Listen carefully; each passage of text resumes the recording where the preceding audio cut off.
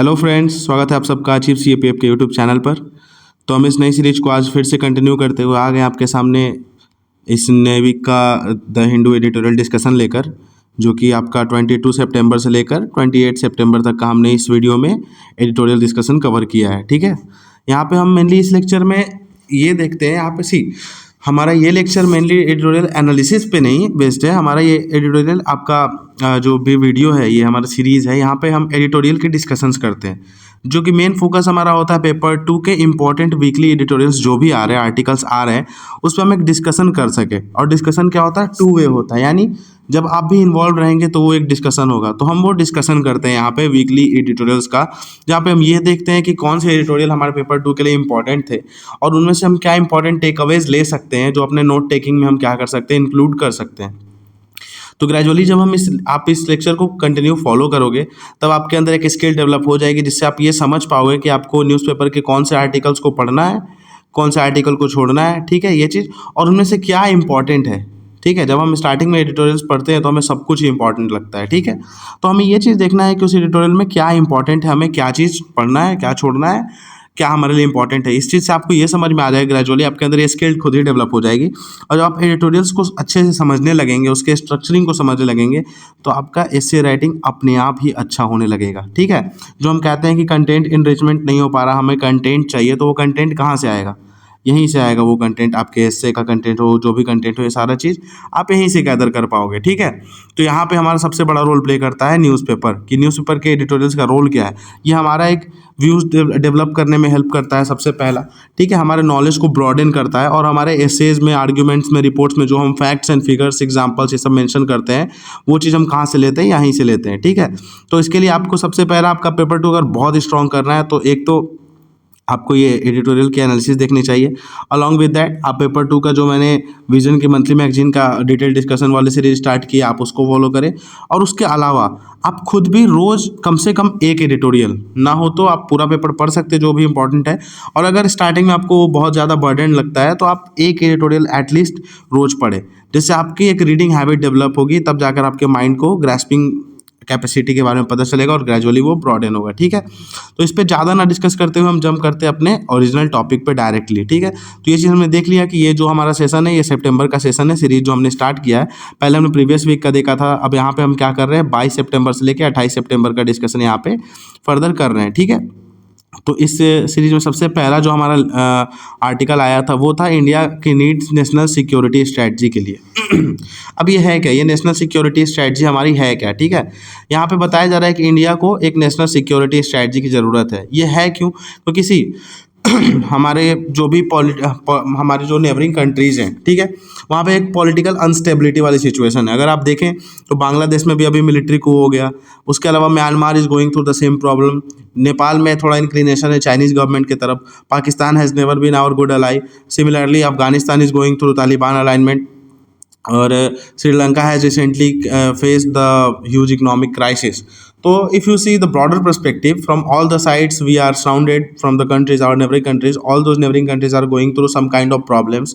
ठीक है, तो काइंड ऑफ एनार्की जैसी सिचुएशन है बहुत सारे हमारे नेबरिंग कंट्रीज़ में, जिसके कारण हमारे ऊपर एक क्वेश्चन उठता है कि हम किस तरीके से अपने इंडियन सब कॉन्टिनेंट में पीस एंड सिक्योरिटी मेंटेन कर सकते हैं। जैसे हमारा एक इनिशिएटिव भी है Sagar, security and growth for all in the reason.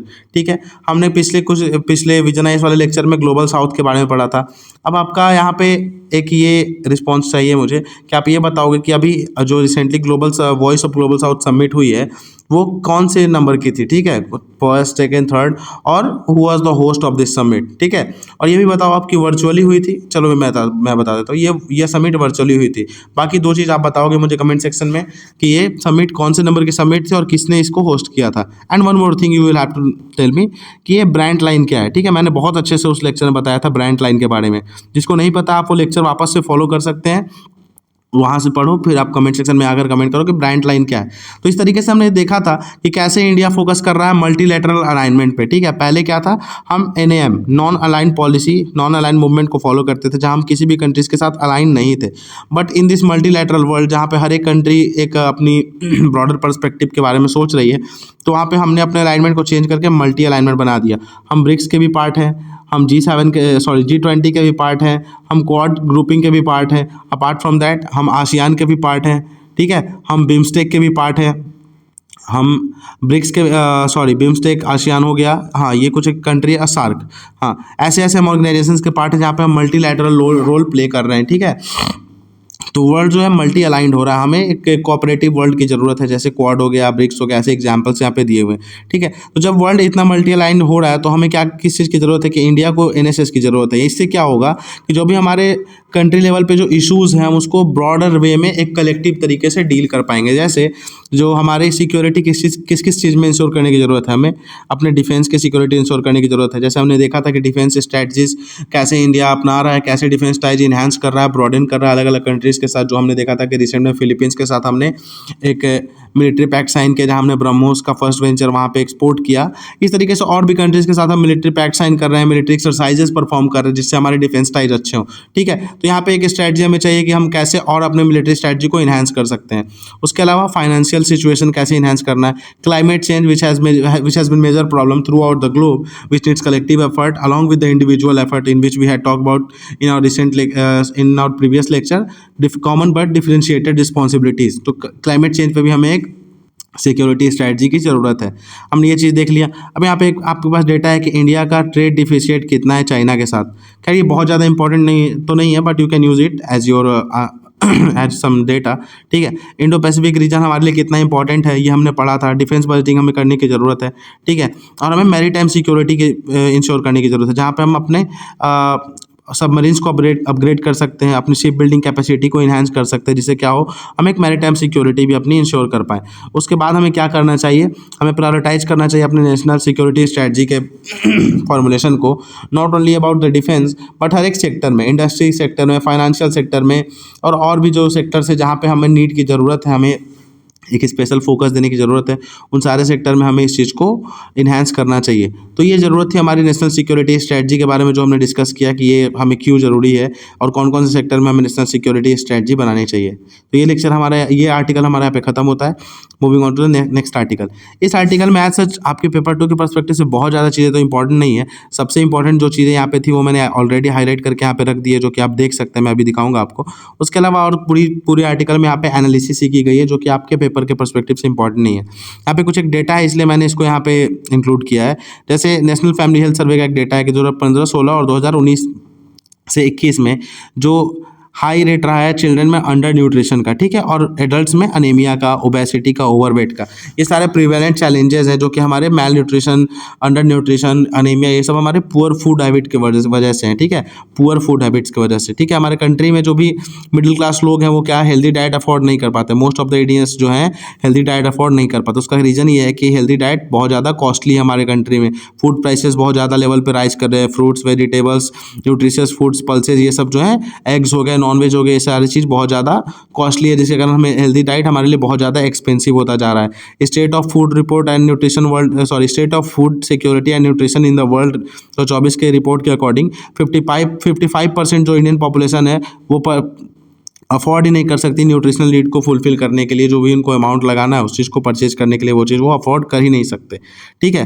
तो ये सारे कुछ डेटा थे यहाँ पे कि एक मेल न्यूट्रिशन से रिलेटेड अगर कुछ आ जाता है, आपका विमेन सिक्योरिटी से रिलेटेड अगर कोई इससे आ जाता है, ठीक है, तो ये सारी चीज़ें आप मेंशन कर सकते हो कि फूड सिक्योरिटी भी एक उसका एस्पेक्ट है, और ये डेटा आप अपने अकॉर्डिंग अपने आंसर्स में इस चीज़ को मेंशन कर सकते हो, ठीक है।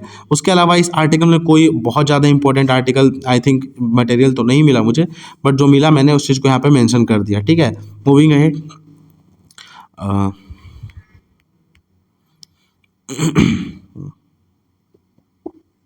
हाँ, अब यहाँ पे हमारा जो नेक्स्ट आर्टिकल है, weighing in on business as usual with China.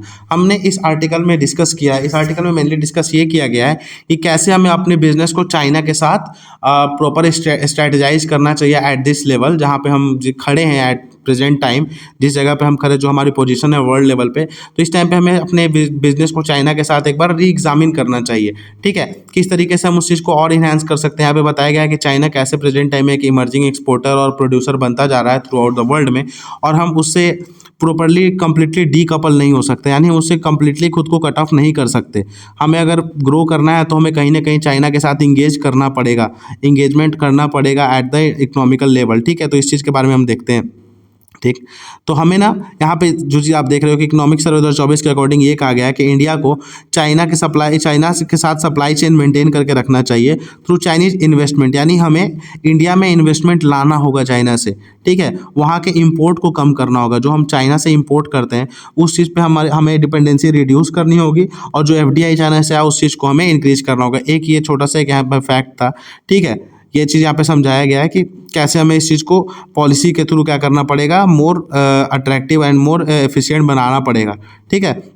हमारा चाइना के साथ बहुत बड़ा रिलेशन है बिजनेस लेवल पे, ठीक है। और यहाँ पे एक चीज़ बताया गया कि according to international trade centre data हमारा चाइना के साथ ट्रेड डिफिसिट कितना है, और वो सबसे बड़ा रीज़न है क्योंकि जब यहाँ पे हमारा इंपोर्ट ज़्यादा रहेगा और एक्सपोर्ट कम रहेगा तो ऑब्वियस बात है कि हमारा ट्रेड डिफिसिट इंक्रीज ही करेगा। तो इस चीज़ को डील करना पड़ेगा हमें सबसे पहले, तभी जाके हम साउदर्न हेमिस्फीयर में अपने आप को एक मोर dependent country, self reliant country बना सकते हैं। तो उसके लिए हमें चाइना के साथ क्या करना पड़ेगा, ट्रेड रिलेशन इन्हांस करने पड़ेंगे, जहाँ पे हमें FDI को प्रमोट करना पड़ेगा जिससे हमारी कंट्री की GDP इंक्रीज हो, हमारी कंट्री में प्रोडक्शन इंक्रीज हो, तब जाके हम क्या कर पाएंगे, एक्सपोर्ट पे ध्यान दे पाएंगे और हमारा इंपोर्ट रिड्यूस होगा और ट्रेड डिफिसिट में खुद ब खुद मिनिमाइज हो जाएगा ट्रेड डिफिसिट। अब यहाँ बताया जा रहा है कि चाइना का क्या फ्यूचर में डोमिनेटिंग पॉलिसी है इंडस्ट्रियल लेवल पे जिसपे चाइना फोकस करना चाहता है। तो सही सबसे बड़ा अभी थ्रू आउट द वर्ल्ड हमारा सबसे बड़ा चैलेंज क्या है, क्लाइमेट चेंज। तो हमें किस चीज़ पे शिफ्ट करना सबसे बड़ा हमारा गोल होना चाहिए, ग्रीन एनर्जी पे शिफ्ट होना चाहिए। तो चाइना का भी कुछ उससे मिलता जुलता ही है, जिसमें सबसे पहला क्रिटिकल सेक्टर क्या है, इलेक्ट्रिक व्हीकल्स हो गया, सोलर इक्विपमेंट्स हो गया, लिथियम आयन बैटरीज हो गई, ये सारी चाइना की प्रेफरेंस है जिसको प्रोडक्शन में एफिशिएंटली इंक्रीज करेगा और क्या करेगा, एक्सपोर्ट अपना बढ़ाएगा। तो ये कुछ एक इसके इंपॉर्टेंट एस्पेक्ट्स है चाइना के बिजनेस के, जो कि हमें भी सीखने चाहिए, हमें भी इस चीज़ को अपने अंदर एसिमुलेट करना चाहिए, ठीक है। From strategic security economic perspective India do well to take a differentiated policy towards economic relations with China. हमें अपने स्ट्रैटेजिक पर्सपेक्टिव से, सिक्योरिटी पर्सपेक्टिव से और इकोनॉमिक पर्सपेक्टिव से एक डिफरेंशिएटेड, यानी जो अभी तक हम फॉलो करते आ रहे थे उससे कुछ एक हट के हमें एक पॉलिसी अपनानी पड़ेगी जिससे क्या हो सके, इंडिया का भी डेवलपमेंट हो सके, ठीक है। इकोनॉमिक डेवलपमेंट हम भी इस चीज़ का लाभ उठा सके। उसके अलावा India can not decouple itself from economy of China. हम अपने आप को, इंडिया जो है खुद को अलग बिल्कुल नहीं कर सकता है चाइनीज इकॉनमी से, क्योंकि एट दिस टाइम चाइना जो वर्ल्ड का लार्जेस्ट मैन्युफैक्चरर है और एक्सपोर्टर है। तो इसके लिए हमें क्या करना पड़ेगा, अपनी पॉलिसी को रिवाइज करना पड़ेगा। क्या करना होगा, हमें FDI को इंक्रीज करना पड़ेगा। FDI इंक्रीज होगा तो हमारे कंट्री में प्रोडक्शन इंक्रीज होगा। तो इसके लिए हमें मैन्युफैक्चरिंग स्ट्रेंथ बढ़ाने पड़ेंगे, स्ट्रेटजीज सोचने पड़ेंगे और नेशनल सिक्योरिटी और इंडस्ट्रियल डेवलपमेंट पे फोकस करना पड़ेगा, ठीक है। तो हमारे कंट्री के डेवलपमेंट से रिलेटेड कुछ एक डेटा थे, जो सबसे इंपॉर्टेंट डेटा यहाँ पे ये है। और अब चाइना के साथ हमने कंपैरिजन देखा कि इंडिया को डेवलप करना है तो क्या क्या चीज़ों पे फोकस करना पड़ेगा, ठीक है। यहाँ पे एक आपका टॉपिक है, आर्टिकल तो नहीं है पर एक पेपर 2 के पर्सपेक्टिव से एवरग्रीन टॉपिक है, AFSPA, armed forces special powers act, Manipur में इम्प्लीमेंटेड है, जिसको सेंटर और स्टेट क्या करेंगे, रिव्यू करेंगे, ठीक है। हमें पता है मणिपुर में बहुत टाइम से अभी वायलेंस चल रहा है, इट्स बिन 2 to 3 years, जहाँ पे मणिपुर एक वायलेंट रीजन रहा है। तो हमें AFSPA के बारे में देखना है कि AFSPA क्या है क्या नहीं है, ठीक है। और government x tends AFSPA by 6 months more than 2 states. Government ने अभी 2 स्टेट नागालैंड और अरुणाचल प्रदेश में भी क्या किया, AFSPA को एक्सटेंड कर दिया है। तो इस चीज़ के बारे में हमें आइडिया होना चाहिए कि AFSPA क्या है, ठीक है, arm forces special powers act. तो इसके बारे में आपको आपके पास नोट्स बनाने चाहिए। और इसमें क्या होता है कि गवर्नमेंट इस एक्ट के अंदर कुछ एक एरियाज़ को डिस्टर्ब्ड एरिया डिक्लेयर करती है, ठीक है, डिस्टर्ब एरिया डिक्लेयर करती है, जहाँ पे क्या होता है, आर्म फोर्सेस को हमारी और CFFs के पास अनलिमिटेड पावर होती है, तो किसी को किल भी कर सकते हैं and on the other hand वहाँ पे लॉ के कॉन्ट्रवेंशन के कारण अरेस्ट भी कर सकते हैं। तो ये कुछ एक हमारे इशूज़ हैं जो AFSPA रिलेटेड हैं, ठीक है। तो AFSPA के ऊपर आपके पास कुछ डेटा होना चाहिए, क्योंकि एक एवरग्रीन टॉपिक है जहाँ पे हमारे पास arm forces special power act के ऊपर पॉजिटिव्स एंड नेगेटिव्स, ये दोनों चीज़ें अवेलेबल होनी चाहिए, ठीक है, ताकि अगर हमारे पास आर्ग्यूमेंट आए तो हम इस चीज़ के ऊपर लिख सके, ठीक है। तो यही बस एक इंपॉर्टेंट आर्टिकल था AFSPA रिलेटेड। इसके बाद हम अपने इस आर्टिकल पे आते हैं। हमारा नेक्स्ट टॉपिक जो है, ये अभी रिसेंट सुप्रीम कोर्ट ने एक जजमेंट दिया है चाइल्ड सेक्स अब्यूज़ से रिलेटेड, उसके ऊपर है। तो अगर आपके हिस्से में कभी भी चाइल्ड सेक्स अब्यूज़ रिलेटेड कोई एक हिस्से आता है, कुछ भी आता है, तो वहाँ पे आप एक एक्ट के बारे में मेंशन कर सकते हैं जो कि है पॉक्सो। अभी है क्या, prevention of children from sexual offences act, ठीक है। ये एक्ट उस चीज़ से डील करता है जहाँ पे चिल्ड्रंस को सेक्सुअल ऑफेंसेज से प्रोटेक्ट करना मेन गोल है, ठीक है। तो अभी रिसेंटली सुप्रीम कोर्ट ने एक जजमेंट दिया था जहाँ पे उसने मद्रास हाई कोर्ट के एक डिसीजन को स्ट्रक डाउन किया था, और उसने कहा, सुप्रीम कोर्ट ने कहा है कि जो जो इस एक्ट में चाइल्ड पोर्नोग्राफी वर्ड मेंशन है उसको लॉ एंड कोर्ट अवॉइड करे, इस टाइप के वर्ड्स को। और उसके जगह सुप्रीम कोर्ट ने कहा है कि उसके जगह पे हम क्या यूज कर सकते हैं, वहाँ पे हमें यूज करना है child sexual exploitative and abuse material, ठीक है। चाइल्ड पोर्नोग्राफी की जगह पे हम इस टर्म का यूज करेंगे वहाँ पे। ये सुप्रीम कोर्ट ने भी, एपेक्स कोर्ट ने हमारा जजमेंट दिया है, ठीक है। अब यहाँ पे हम देख रहे हैं कि एक मद्रास हाई कोर्ट का एक जजमेंट था जहाँ पे मद्रास हाई कोर्ट ने कहा था कि sexual content involving children on the ground that the law only criminalize creating and disseminating such content। यहाँ पे कहा गया था कि ऐसे कंटेंट को व्यू करना या फिर उसका स्टोरेज इसके डोमेन में नहीं आता है, वो ऑफेंस में नहीं आता है, बल्कि उस चीज़ को डिसेमिनेट करना, प्रमोट करना, शेयर करना, इस चीज़ को मेनली ऐसे ऑफेंसेस में डाला जाता था। तो उसको सुप्रीम कोर्ट ने स्ट्रक डाउन किया और कहा है कि ये सारे चीज़ चाइल्ड ऑफेंसेस के अंडर ही लाई करते हैं, ठीक है। वहीं पे सेक्शन 67B IT एक्ट का है जो ऑनलाइन बुली से प्रोटेक्ट करता है, ऑनलाइन सेक्सुअल अब्यूज जो चिल्ड्रन का होता है उस चीज़ से प्रोटेक्शन के लिए, एक्सप्लॉयटेशन के लिए ऐसे एक्ट्स को क्या करता है, पिनलाइज करता है, section 67B of IT act. तो कभी भी अगर ऐसे लॉ से रिलेटेड कुछ आता है, साइबर सिक्योरिटी से रिलेटेड आता है, तो आप इस चीज़ को मेंशन कर सकते हैं गवर्नमेंट स्टेप्स में, और हमारे कंट्री में ऐसे ऐसे लेजिस्लेशन है, इस चीज़ के बारे में आप मेंशन कर सकते हैं, ठीक है। यहीं पे ये इतना बेसिक सा ही था, इसमें ज़्यादा कोई बहुत ज़्यादा डिटेल में कुछ ऐसा नहीं था हमारा। बस मुझे आपको एक पॉक्सो के बारे में बताना था और ये IT एक्ट के सेक्शन के बारे में बताना था, इसलिए मैंने यहाँ पे इस आर्टिकल को इंक्लूड किया था। नाउ मूविंग फर्दर अहेड, जो हमारा एक आर्टिकल है ये वन नेशन वन इलेक्शन, जैसा कि हमने देखा कि बहुत ज़्यादा न्यूज़ में रह रहा है क्योंकि रिसेंटली अभी गवर्नमेंट ने इस पर अप्रूवल दिया है। तो वन नेशन वन इलेक्शन आप समझ सकते हो कि एक शॉर्ट टॉपिक आप मान के चल सकते हो कि आपके आने वाले जो एग्जाम्स होंगे वहाँ पे एक आर्ग्यूमेंट में इस चीज़ को पूछा जा सकता है, या फिर क्रिटिकली एनालाइज में ऐसे पे भी पूछा जा सकता है। बहुत सारे इसके डोमेन क्रिएट हो जाते हैं। तो आपका मेन काम ये होना चाहिए कि आपके पास एक डेटा क्रिएटेड हो जहाँ पे आप ये मेंशन कर पाओ कि उसके प्रोज एंड कॉन्स क्या है, जहाँ पे आपको एटलीस्ट पता तो हो कि ये वन नेशन वन इलेक्शन क्या चीज़ है, ठीक है। उसके बाद इसके क्या बेनिफिट्स हैं और इसके क्या लॉसेज हैं, ठीक है जिसको यहाँ पे इस आर्टिकल में अच्छे से डिस्कस किया गया है। कुछ एक इसके पॉइंट्स आप मेंशन करके उसको क्रिटिकली, जो एडिटर है उन्होंने एनालाइज भी किया है, क्रिटिकली एनालाइज करके बताया गया है कि जो पॉइंट्स गवर्नमेंट ने सामने रखे हैं कि हाँ इन चीज़ों की वजह से हमें वन नेशन वन इलेक्शन लाना चाहिए, क्या वो एक्चुअल में रिलेवेंट है, जो भी रीजन्स गवर्नमेंट ने दिए हैं वो एक्चुअल में रिलेवेंट है, या फिर कुछ अदर इंटरेस्ट है, या फिर कुछ अदर रीजन्स है जिसके बेसिस पे इसको स्ट्रक डाउन भी किया जा सकता है, ठीक है। तो ऐसे ऐसे हम जजमेंट्स इसमें देखने वाले हैं। एक व्यू पॉइंट आपको मिलेगा दोनों पर्सपेक्टिव से कि हमें क्या करना चाहिए। जैसे फ्रीक्वेंट इलेक्शंस जो होते हैं, यानी कि वन नेशन वन इलेक्शन नहीं, जो अभी हम इलेक्शन की प्रोसेस फॉलो कर रहे हैं उसके क्या बेनिफिट्स हैं, और वन नेशन वन इलेक्शन की जो गवर्नमेंट ने बेनिफिट्स गिनाई है वो क्या चीज़ है, और उसके अलावा उसके क्या रीजन्स, उसके क्या लूपहोल्स है, उसके बारे में भी हम डिस्कस करेंगे इस आर्टिकल में। ओके, ठीक है। तो देखते हैं हम आगे।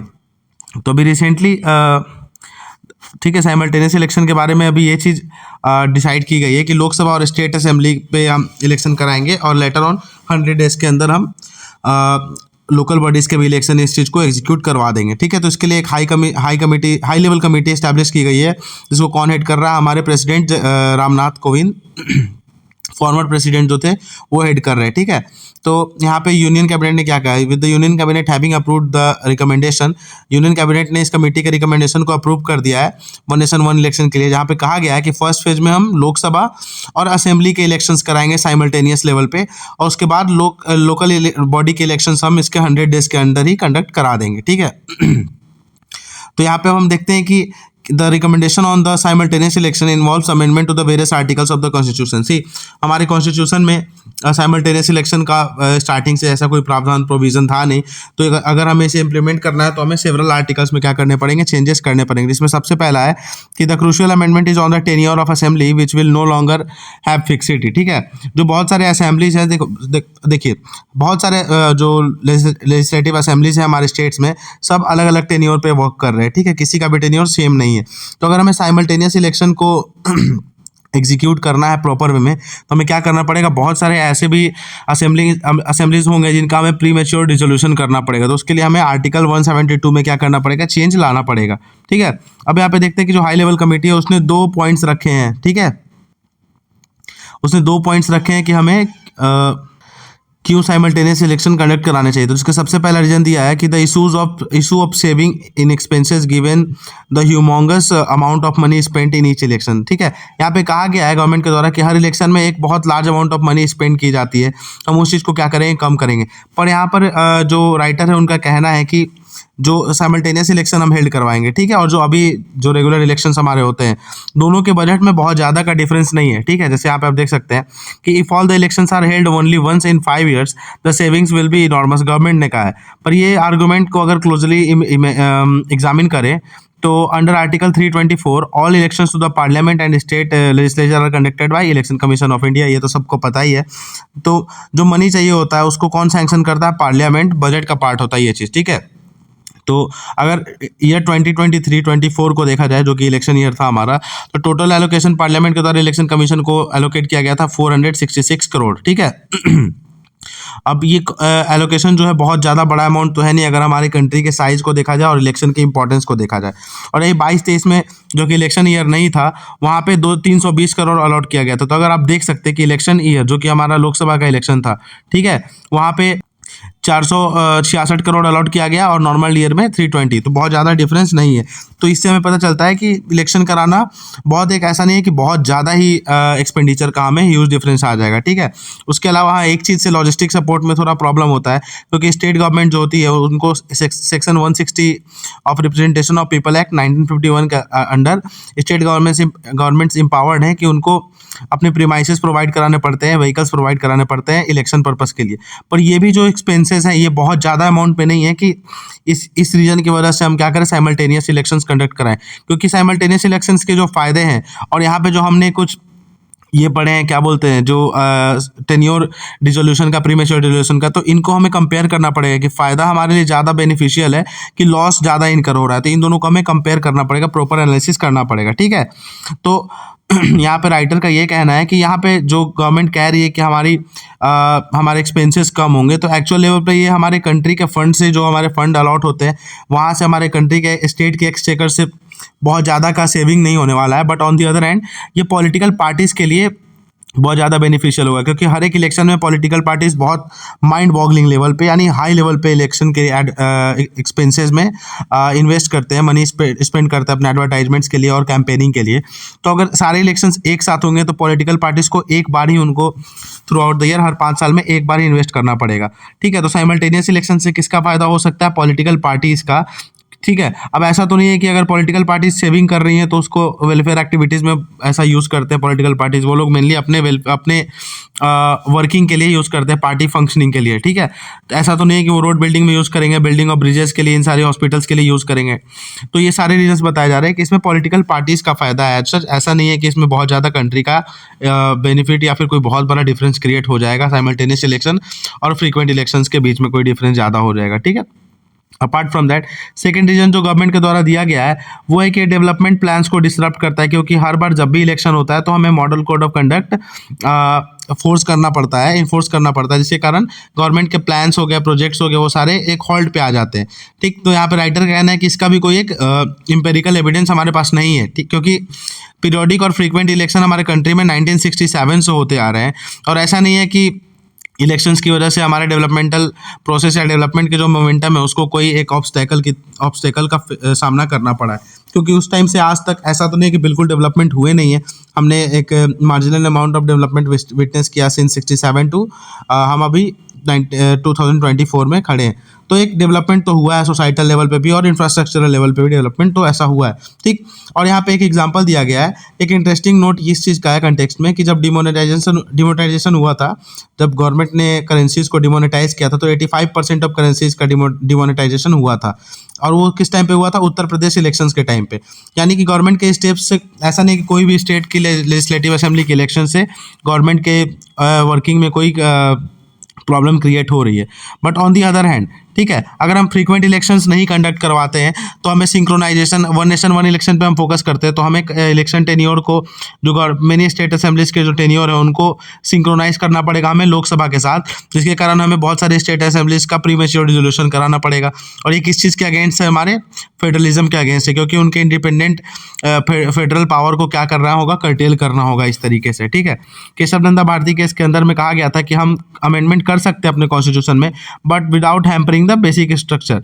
और फेडरलिज्म जो है हमारे बेसिक स्ट्रक्चर का पार्ट है, तो हम इस चीज़ में बहुत हाई लेवल पे चेंज नहीं ला सकते, ठीक है। जो कि आप यहाँ पे देख सकते हो कि अगर ऐसा अमेंडमेंट किया गया तो some assemblies will have a term of 3 years. कुछ जनरली 5 ईयर का टर्म होता है, पर कुछ असेंबलीज को 3 ईयर, कुछ को 2 ईयर, कुछ को 1 ईयर में ही उनको डिसॉल्व होना पड़ेगा, जो कि ये फेडरलिज्म के अगेंस्ट है, ठीक।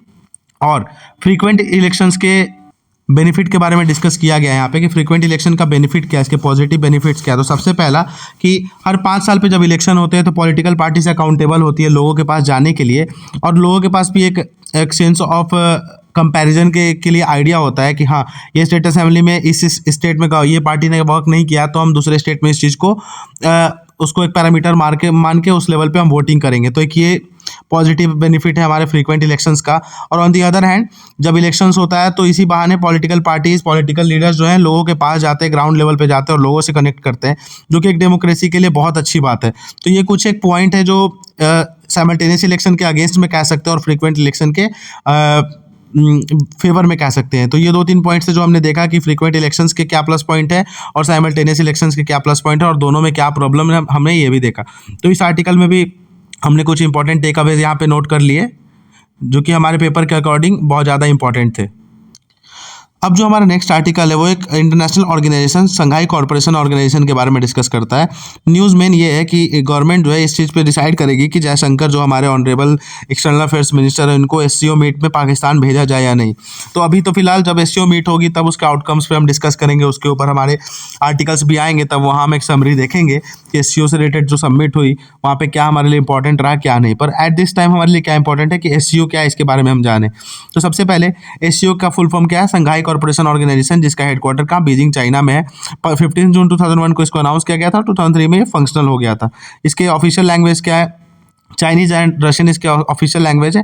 ये कुछ एक इंपॉर्टेंट आपके लिए फैक्ट्स थे। और यहाँ पे कौन कौन कंट्रीज हैं ये चीज़ आप ध्यान में रख सकते हो कि 9 मेंबर स्टेट्स हैं, China, India, Kazakhstan, Kyrgyzstan, Russia, Pakistan, Tajikistan, Uzbekistan and Iran. These are 9 member countries of SCO. बस यही आपके लिए इंपॉर्टेंट है, तो मैंने सोचा कि इसको इंक्लूड कर दिया जाए, ताकि साथ साथ आपको एक बेसिक आइडिया हम देते चले कुछ एक स्टैटिक चीज़ों का भी, क्योंकि आप पेपर 2 के साथ साथ कुछ एक नॉलेजेबल चीज़ आपको इसमें इंक्लूड हो जाए, ताकि बाय एंड लार्ज आपको ये पेपर 2 में कहीं ना कहीं हेल्प करेंगे, ठीक है। तो ये आर्टिकल हमने देख लिया, ये बहुत ज़्यादा इंपॉर्टेंट नहीं था, बट मैंने ऐसे ही इसको इंक्लूड कर दिया था।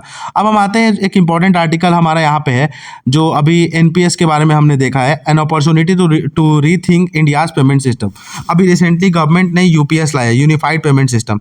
इससे पहले गवर्नमेंट क्या यूज़ कर रही थी? एनपीएस, और उससे पहले भी जो था ओपीएस, ठीक है। 2004 के पहले old payment system, old payment scheme use होता था। उसके बाद 2004 के बाद गवर्नमेंट ने न्यू पेमेंट स्कीम को लॉन्च किया, एंड रिसेंटली गवर्नमेंट डिसाइड किया कि हम यूनिफाइड पेमेंट स्कीम को क्या करेंगे? एग्जीक्यूट करेंगे रेगुलर वे से, ठीक है। तो ओल्ड पेमेंट स्कीम क्या था, इनके बारे में यहाँ पे देखना है कि उसके क्या बेनिफिट्स थे और हमें अभी के टाइम पे क्या किया जा सकता है, हमें इस चीज़ पे फोकस करना है। तो सबसे पहले यहाँ पे बताया गया कि 2004 के पहले क्या guaranteed defined benefit pension government क्या करती थी? अपने एम्प्लॉयज़ को देती थी, जहाँ पे एक लास्ट ड्रॉन सैलरी का 50% डिसबर्स किया जाता था एज ए पेंशन। बट वहीं पे ओपीएस क्या करती थी? गवर्नमेंट की कमिटमेंट से सोशल सिक्योरिटी के लिए दिखाती थी। ये टॉपिक आपके आर्गुमेंट के लिए बहुत ज़्यादा इंपॉर्टेंट रहेगा, जहाँ पे आपको ये पूछा जा सकता है कि न्यू पेमेंट स्कीम को ख़त्म कर देना चाहिए या नहीं, ठीक है। तो जब आपको ओल्ड पेमेंट स्कीम पता रहेगी कि इसके बेनिफिट्स क्या थे, तब आप इस चीज़ को मेंशन करके न्यू पेमेंट स्कीम के अगेंस्ट में चीज़ें लिख सकते हो।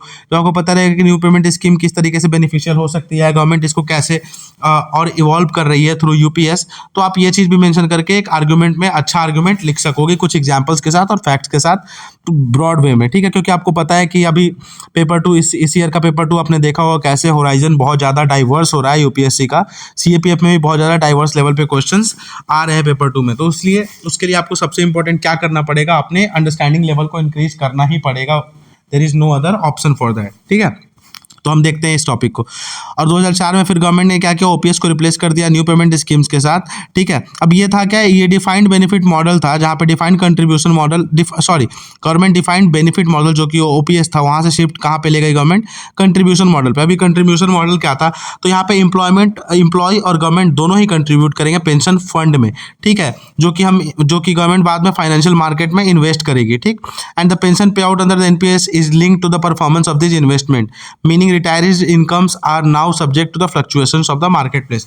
था क्या कि एक फंड बनाया गया जहाँ पे गवर्नमेंट भी कंट्रीब्यूट करेगी और एम्प्लॉयज़ भी कंट्रीब्यूट करेंगे, और जो ये अमाउंट होगा इसको हम फाइनेंशियल मार्केट्स में क्या करेंगे, इन्वेस्ट करेंगे, और वहाँ के प्रॉफिट के अकॉर्डिंग क्या किया जाएगा, पेंशन प्रोवाइड किया जाएगा एम्प्लॉयज़ को। तो ये मेनली चीज़ था जिसकी वजह से एनपीएस को बहुत ज़्यादा क्रिटिसिज्म भी देखना पड़ा, क्योंकि ओपीएस क्या था, एक स्टेबल वे ऑफ इनकम था, जो कि पोस्ट रिटायरमेंट लाइफ के लिए बहुत ज़्यादा एक स्टेबल, या फिर कह सकते हैं एक constant source of income show करता था। वहीं पे एनपीएस थोड़ा क्या हो गया, फ्लक्चुअल हो गया, जहाँ पे बहुत ज़्यादा फ्लक्चुअलिटी हमें देखने को मिली, ठीक है। अब देखते हैं कि इसमें क्या था 2008 में। अब इसके लूपहोल्स कैसे पता चले, तो बहुत सारी कंट्रीज ने नियो लिबरल अप्रोच अपनाए। 2008 में क्या हुआ, क्राइसिस आया, फाइनेंशियल क्राइसिस, फिर कोविड-19 पैंडेमिक आया, जहाँ पे वर्ल्ड वाइड इकोनॉमी बहुत ज़्यादा हिल गई और मार्केट्स भी बहुत ज़्यादा डाउन हो गए। इससे क्या हुआ, जो एम्प्लॉयज़ थे उन कुछ एक सेक्टर्स में बहुत ज़्यादा बैक शिफ्ट देखने को मिला। अब इससे क्या हुआ, अभी रिसेंटली इस चीज़ को देखते हुए गवर्नमेंट ने क्या किया, एक नई स्कीम सिस्टम इंट्रोड्यूस की, यूनिफाइड पेमेंट स्कीम। अब ये क्या है, नरेंद्र मोदी गवर्नमेंट ने प्रपोज किया यूनिफाइड पेमेंट स्कीम, जहाँ पे गवर्नमेंट ने एक बैलेंस्ड अप्रोच अपनाया। और वो बैलेंस्ड अप्रोच क्या था कि यहाँ पे यूनिवर्सल पेंशन सिस्टम अपनाया गया, जहाँ पे बैलेंस किया गया स्टेट के इन्वॉल्वमेंट को, यानी गवर्नमेंट के भी इन्वॉल्वमेंट को, और मार्केट पार्टिसिपेशन दोनों को बैलेंस्ड वे में अपनाने का एक डिसीजन लिया गया है। पर यहाँ पे राइटर का कहना है कि यूपीएस में भी बहुत सारे लूप होल्स है अभी, जिसको रेक्टिफाई करने की जरूरत है, ठीक है। The critics have already pointed out that, critics का कहना है कि UPS promises retirement pay outs but offers reduced returns compare to OPS. कहना है कि यूपीएस जो है एक क्या करता है, ऑफर करता है रिटायरमेंट पेमेंट तो देता है, पर ओपीएस के कंपैरिजन में इसके रिटर्न्स बहुत ज़्यादा लेस हैं, ठीक है, क्योंकि मार्केट बेस्ड एसेट है, और मार्केट में उछाल और गिरावट तो होती रहती है, इसके बेसिस पे क्या होता है, अप एंड डाउन चलते रहेंगे, तो एक ये फायदे का सौदा नहीं है फॉर द एम्प्लॉयज़, ठीक। उसके बाद एक और लूपहोल इसके यहाँ पे पॉइंट आउट किए गए हैं कि ये सिर्फ यूनियन गवर्नमेंट के एम्प्लॉयज़ को ही कवर करता है। इसमें बहुत सारे पब्लिक सेक्टर वर्कर्स जैसे टीचर्स हो गए, इन सब को कवर नहीं किया गया, एक्सक्लूड किया गया है, यानी इनको डिसइंसेंटिवाइज कर दिया गया पे कमीशंस के द्वारा, ठीक है। यहाँ पे एक और चीज़ कही जा रही है कि while the UPS offers a universal framework, its structure should incorporate safeguards against market fluctuation. अब यूपीएस क्या यूनिवर्सल फ्रेमवर्क तो प्रोवाइड करता है, एक सिक्योर वे ऑफ क्या बोल सकते हैं, फाइनेंशियल सिक्योरिटी प्रोवाइड करना तो चाहता है, पर इसमें जो मार्केट का इंटरवेंशन है, फाइनेंशियल मार्केट्स का इन्वेंशन है, इसके कारण फ्लक्चुएशन जो आ रहे हैं, इसको स्टेबल करना, इसको सेफगार्ड करना एक सबसे बड़ा इसका एक चैलेंज है। और जैसे गवर्नमेंट क्या कर सकती है कि possibly by provide a minimum guaranteed pension similar to OPS. अब क्या कर सकती है कि गवर्नमेंट को एक चीज़ इंश्योर करना हो कि अगर मार्केट के कारण लॉस होता है या फिर हमें गेन होता है या फिर प्रॉफिट होता है, बट गवर्नमेंट को ये चीज़ इंश्योर करना पड़ेगा कि अगर लॉस हो रहा है तो हम उसके बावजूद कुछ एक डिफाइंड, जैसे कैसे हम एमएसपी रखते हैं कि हम इतने सपोर्ट प्राइस तो प्रोवाइड कराएंगे ही, उस तरीके से पेंशन स्कीम में भी एक मिनिमम गारंटीड पेंशन तो डिफाइन कर ही दिया जाए, जिससे क्या हो, एक फाइनेंशियल सिक्योरिटी एम्प्लॉयज़ की बनी रहे। अब यहाँ पे कहा जा रहा है कि इंडिया में बहुत ज़्यादा वास्ट इनफॉर्मल सेक्टर है, जहाँ पे इनफॉर्मल वर्कफोर्स बहुत ज़्यादा एम्प्लॉयड है, ठीक है, जहाँ पे एडिक्वेट पेंशन कवरेज नहीं है, ठीक है। तो उनके लिए भी गवर्नमेंट को कुछ सोचना चाहिए, यूपीएस के होराइजन को, यूनिफाइड पेमेंट स्कीम के होराइजन को ब्रॉडन करना चाहिए, ताकि पेंशन सिक्योरिटी सिर्फ गवर्नमेंट एम्प्लॉयज़ के लिए ही ना हो, but on the other hand pension security हर एक सिटीजन के लिए हो। इससे क्या होगा, हम फाइनेंशियल इंक्लूजन इंश्योर कर पाएंगे। तो इसके लिए सबसे ज़रूरत चीज़ क्या है कि हम ओपीएस एनपीएस एंड यूपीएस को क्या करें, कंपेयर करें, इस पर एक कॉन्सेंसस इस्टेब्लिश करें, कमेटी बैठाकर इस पर एक प्रॉपर स्क्रूटनी करें, तब हम डिसाइड करें कि कौन सा पेंशन स्कीम बेस्ट है, और सारे स्टेक होल्डर्स को इन्वॉल्व करके ही हम इस चीज़ पे डिसीजन लें। तो एक बेसिक आइडिया हमें लेना था कि यूपीएस क्या है, यूनिफाइड पेमेंट सिस्टम, यूपीएस के बारे में हमने देखा, एनपीएस के बारे में हमने देखा और ओपीएस के बारे में देखा। अब यहाँ से आपको एक बेसिक ब्रीफ आइडिया हो चुका है कि ये तीनों चीज़ें क्या हैं, और अगर आपको कुछ इसके बारे में लिखने को आए तो आपके पास एक बेसिक कुछ एक जो मैंने हाईलाइट किया है यहाँ पे कुछ पॉइंट्स भी हैं जहाँ पे हमने डिस्कस किया कि किसके क्या लूपहोल्स है, अगर ओपीएस है तो उसके क्या लूपहोल्स है, एनपीएस के क्या लूपहोल्स है, और यूपीएस को हमें कैसे और ज़्यादा अच्छा बनाना चाहिए जहाँ पे हम और फाइनेंशियल इंक्लूजन इंश्योर कर सके। तो ये भी था आपका लेक्चर। इसके बाद अब एक आर्टिकल जो हम देखते हैं सेल्फ रिस्पेक्ट मूवमेंट। ये आपके स्टैटिक टॉपिक से रिलेटेड जो आपने हिस्ट्री में पढ़ा होगा, ईवी रामास्वामी नायकर जिन्होंने सेल्फ रिस्पेक्ट मूवमेंट स्टार्ट किया था इन 1925। तो इसके 100 ईयर कंप्लीट हो रहे हैं। तो जैसा कि मैंने अभी जस्ट आपको बताया कि यूपीएससी ने अपने होराइजन को बहुत ज़्यादा ही एडवांस कर लिया, बहुत ज़्यादा डाइवर्स वे से यहाँ पे पेपर 2 में भी क्वेश्चन पूछे जा रहे हैं। पहले क्या होता था कि कुछ लिमिटेड स्कोप्स रहते थे, internal security, women and sports, कुछ एक तरीके से जहाँ पे आप प्रिपेयर कर सकते थे, एक थीम प्रिपेयर करके कुछ डेटा ले जाकर आप एग्जाम में उसको लिखकर अच्छे मार्क्स गेन कर सकते थे। बट जैसे जैसे अलॉन्ग विथ पेपर 1 यूपीएससी ने पेपर 2 में भी इस बार बहुत ज़्यादा डाइवर्स क्वेश्चन पूछे थे। तो अगर आपके लिए सबसे बेस्ट चीज़ यही होगी कि आप हर एक साइड का एक मतलब प्रॉपर आइडिया रख सके, आपके पास हर चीज़ का एक प्रॉपर आइडिया हो जो कि आप अपने आंसर राइटिंग में मेंशन कर सके, ठीक है। और हिस्ट्री से रिलेटेड भी बहुत सारे ऐसे पास्ट टाइम में हमने देखे हैं। तो अगर इसके 100 ईयर्स हो रहे हैं तो आई डोंट माइंड कि अगर ये क्वेश्चन आपके एग्जाम में आ जाता है सेल्फ रिस्पेक्ट मूवमेंट से रिलेटेड, तो आपको इसके लिए भी प्रिपेयर्ड रहना चाहिए। और अगर ये चीज़ नहीं भी आती है डायरेक्ट, तो आप क्या कर सकते हो, आप इसका एग्जाम्पल कोट कर सकते हो अपने नॉर्मल आंसर राइटिंग में। सोशल रिफॉर्म्स रिलेटेड तो एसेज आते हैं ना, सोशल रिफॉर्म्स रिलेटेड, जहाँ पे हम अभी देखते हैं होमोसेक्सुअलिटी हो गई, सेम सेक्स मैरिज के बारे में हो गया, या फिर बहुत सारे वुमेन के लिबरलाइजेशन राइट्स रिलेटेड बहुत सारे एसेज आते हैं। तो इन सब में हम ये चीज़ मेंशन कर सकते हैं एग्जाम्पल्स, जो हमें कहा जाता है। बहुत बार आपने टॉपर्स को सुना होगा कि कैसे हमें अपने आंसर में एग्जाम्पल्स मेंशन करने चाहिए, आप रियल लाइफ एग्जाम्पल्स मेंशन करो। पर ये हमें नहीं समझ में आता कि हम कौन से एग्जाम्पल मेंशन करें, हम क्या एग्जाम्पल मेंशन करें, ठीक है। तो आप यहाँ से देखो, अगर आपके एग्जाम में ऐसा कुछ आता है रिफॉर्म्स रिलेटेड, जहाँ पे आपको बताना है कि वीमेन को कॉम्बैट रोल में होना चाहिए, या फिर वीमेन का रोल कैसे हमारे इंडिपेंडेंट कंट्री में जो हम 100 ईयर कंप्लीट करने जा रहे हैं 2047 में अपना, तो कैसे हम उस समय तक अपने कंट्री को कंप्लीटली इंडिपेंडेंट बना सकते हो। सबसे बड़ा चीज़ है क्या कि जब हमारे सारे कंट्री के सिटीजन्स प्रॉपर वे में हमारे लिए एसेट होंगे in spite of being liability, तो उसको कैसे हम इंश्योर करेंगे। तो हमें वीमेन जो ऑलमोस्ट कंट्री की हाफ पॉपुलेशन है उनको हम अपने वर्क फोर्स में इन्वॉल्व करें, उसके लिए वुमेन सिक्योर इन्वायरमेंट बनाना पड़ेगा, वुमेन को promote education, literacy and skill development promote करना होगा, ठीक है। यहाँ पे क्वेश्चन होता है ना कि क्या वुमेन इसके लिए कैपेबल है, तो वहाँ पे आप इन सब चीज़ों को मेंशन कर सकते हो कि हमारे कंट्री में पहले भी बहुत सारे ऐसे रेनेसेंस पीरियड हुए हैं जहाँ पे वुमेन ने बढ़ चढ़ कर हिस्सा लिया है। हमारे पास एग्जाम्पल है, एजुकेशन में देखा जाए तो सरोजनी नायडू, सावित्रीबाई फुले, ऐसे ऐसे एग्जाम्पल्स हैं। अगर हमारे कॉम्बैट रोल में देखा जाए तो रानी लक्ष्मीबाई, और कई एक एग्जाम्पल रहे हैं हमारे हिस्ट्री में, जो हमने हिस्ट्री में पढ़ा है कि ऐसे ऐसे फीमेल्स ने बहुत ज़्यादा, वीमेन जो थी उन्होंने कंधे से कंधा मिलाकर मेल्स के साथ एक फ्रीडम स्ट्रगल में बहुत बड़ा रोल प्ले किया है, जिनके असिस्टेंस के बिना हमारी आज़ादी पॉसिबल नहीं थी। तो हम ये चीज़ मेंशन कर सकते हैं। ऑन दी अदर हैंड, अगर हमारे सोसाइटी में मेंटल लेवल पे एक चेंज हो रहा है, जैसे गवर्नमेंट ने होमोसेक्सुअलिटी को लीगलाइज कर दिया, पर सिटीजन लेवल पे ये चीज़ अभी चेंज बहुत ज़्यादा हम देखते हैं कि बहुत ज़्यादा इसको अपोज किया जाता है। इंटरकास्ट मैरिज हो गया एंड अदर मेनी अभी जो हमारे सोशल इवल्स प्रिवेल करते हैं। तो हमने पास्ट में भी देखा है कि कैसे self respect movement and other renaissance movement like जो हमारे उस समय के सोशल रिफॉर्मर्स थे, राजा राम मोहन राय, दयानंद सरस्वती, ईश्वरचंद्र विद्यासागर, ऐसे ऐसे लोगों ने कैसे अपने तरीके से सोसाइटी को चेंज किया, लोगों के माइंडसेट को चेंज किया, और सोशल जो इवल्स उस समय प्रिवेल कर रहे थे उसको चेंज किया, उसको कन्वर्ट किया to education and right to developmental path. उस साइड पे क्या किया उन्होंने उस चीज़ को मोड़ा, ट्रैजेक्टरी को। तो यहाँ से हम ये चीज़ सीखते हैं कि कैसे ये सारे एग्जांपल्स को हम क्या कर सकते हैं, अपने आंसर राइटिंग में कोट कर सकते हैं, ठीक है। क्योंकि सबसे बेस्ट चीज़ यही है, क्योंकि आप पेपर 1 के लिए पढ़ते हो, आप करंट अफेयर्स पढ़ रहे हो, वहाँ पे बहुत सारे फीमेल्स के एग्जाम्पल आते हैं जिन्होंने आर्मी में कुछ अवार्ड जीता, स्पोर्ट्स में कुछ वीमेंस ने क्या किया, गोल्ड मेडल जीता, बहुत सारे मनु बकेर एंड मेनी मोर, ठीक है। वो चीज़ हो गई। आर्मी में बहुत सारे फीमेल्स जो कॉम्बैट रोल में सिलेक्ट होती हैं कि, और बहुत सारे ऐसा होता है कि फर्स्ट की कैटेगरी में आते हैं कि हाँ फर्स्ट एयरफोर्स पायलट। ये सारी चीज़ों का आप नेम एक अलग सेक्शन में मेंशन करके रखो, जो कि भी टाइम एंड रिवीजन आप क्या कर सकोगे अपने आंसर राइटिंग में मेंशन कर सकोगे। ठीक है, तो अब हम आर्टिकल पे आते हैं, देखते हैं कि इसमें से हमारे लिए क्या टेक अवे हो सकता है। तो सबसे पहले यहाँ कहा गया है कि जो सेल्फ रिस्पेक्ट मूवमेंट था, इसे किसने स्टार्ट किया था? ईवी रामास्वामी नायकर ने, जिसको हम पेरियार भी कहते हैं जिनको। ठीक है, इसका एम क्या था इस मूवमेंट का? सिक्योर करना, एम्पावर करना इंडिविजुअल और कम्युनिटीज को from hierarchical structure that operates them. ठीक है, जो वर्ना सिस्टम था इससे लोगों को आगे बढ़ाना, आगे निकालना। अपार्ट फ्रॉम दैट और क्या क्या था इसमें? Self respect movement is known for its radical social reform. समाज में बदलाव लाने के लिए जैसे क्या क्या किया गया इस respect movement, self respect movement में?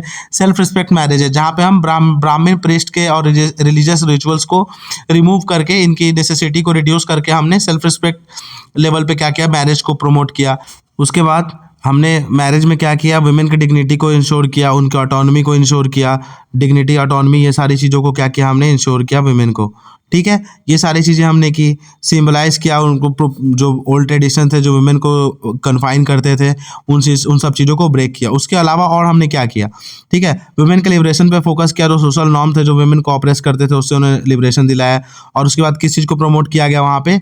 विडो रिमैरेज को, राइट टू डिवोर्स को, राइट टू प्रॉपर्टी को एंड अबॉर्शन को भी प्रमोट किया गया। तो ऐसी चीज़ों से हमने क्या किया? सोसाइटी में चेंज लाने की कोशिश की इस सेल्फ रिस्पेक्ट मूवमेंट के थ्रू। I am sorry.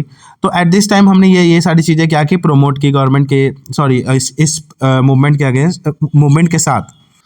इसके अलावा इस मूवमेंट ने एंशियंट टेक्स्ट जो भी वुमेन को डिग्रेड करते थे, इसको क्रिटिसाइज किया। कॉन्ट्रासेप्शन को प्रमोट किया। इसमें कहा गया है कि वुमेन को एम्पावर किया गया उनके बॉडी पे कंट्रोल इस्टेब्लिश करने के लिए। इंटरकास्ट मैरिजेज को प्रमोट किया गया। यानी आज से 100 साल पहले हमने ये सारी चीज़ें सोसाइटी में एक होमोजिनिटी मेंटेन करने के लिए इस मूवमेंट के थ्रू प्रमोट किया। तो इसमें, इस आर्टिकल में राइटर का कहना है कि हम इस चीज़ को कैसे प्रेजेंट लेवल पे, अगर हमें सेल्फ रिस्पेक्ट मूवमेंट अगर 200 साल बाद, ठीक है, 100 साल अगर हम मना रहे हैं और सेल्फ रिस्पेक्ट मूवमेंट 2.0 लाना पड़े, यानी हमारे सोसाइटी में अगर इसी टाइप की अगर कोई प्रॉब्लम्स अभी भी प्रिवेल कर रही है, तो उससे अगर हमें डील करना पड़े, तो हमारे पास कौन कौन सी प्रॉब्लम है जिसको हमें डील करनी चाहिए और इस चीज़ से आगे निकलना चाहिए। ठीक है, तो जैसे कि अभी हम मॉडर्न वर्ल्ड में है, यहाँ पे क्या हो रहा है? बहुत ज़्यादा कॉम्प्लेक्स आइडेंटिटीज़ राइज कर रही है, कास्ट इंटरसेक्ट कर रहे हैं। ठीक है, क्लास के साथ, रिलीजन के साथ, जेंडर के साथ और सेक्सुअलिटी के साथ।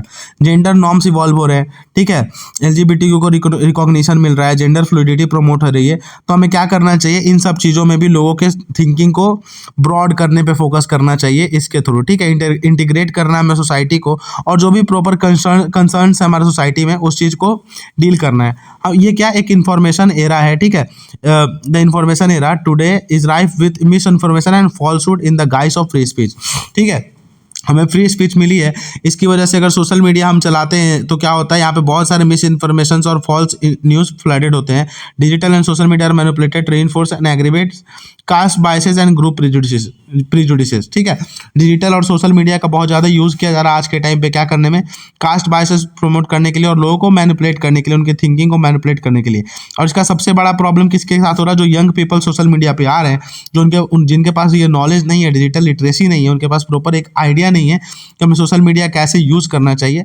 तो इस चीज़ से डील करने के लिए क्या करना पड़ रहा है? ये प्रॉब्लम क्रिएट हो रही है। तो इससे डील करने के लिए हम इस मूवमेंट का यूज़ कर सकते हैं और लोगों में डिजिटल लिटरेसी प्रमोट कर सकते हैं, एंटी कास्ट रिफॉर्म्स प्रमोट कर सकते हैं।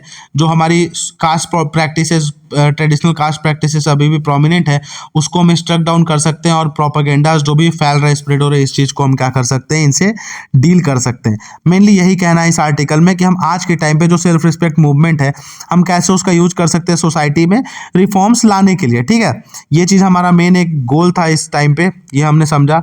ठीक, अब सेल्फ रिस्पेक्ट मूवमेंट क्या है? यहाँ हमने देखा कि ईवी रामास्वामी नायकर ने तमिलनाडु में 1925 में इसको स्टार्ट किया था।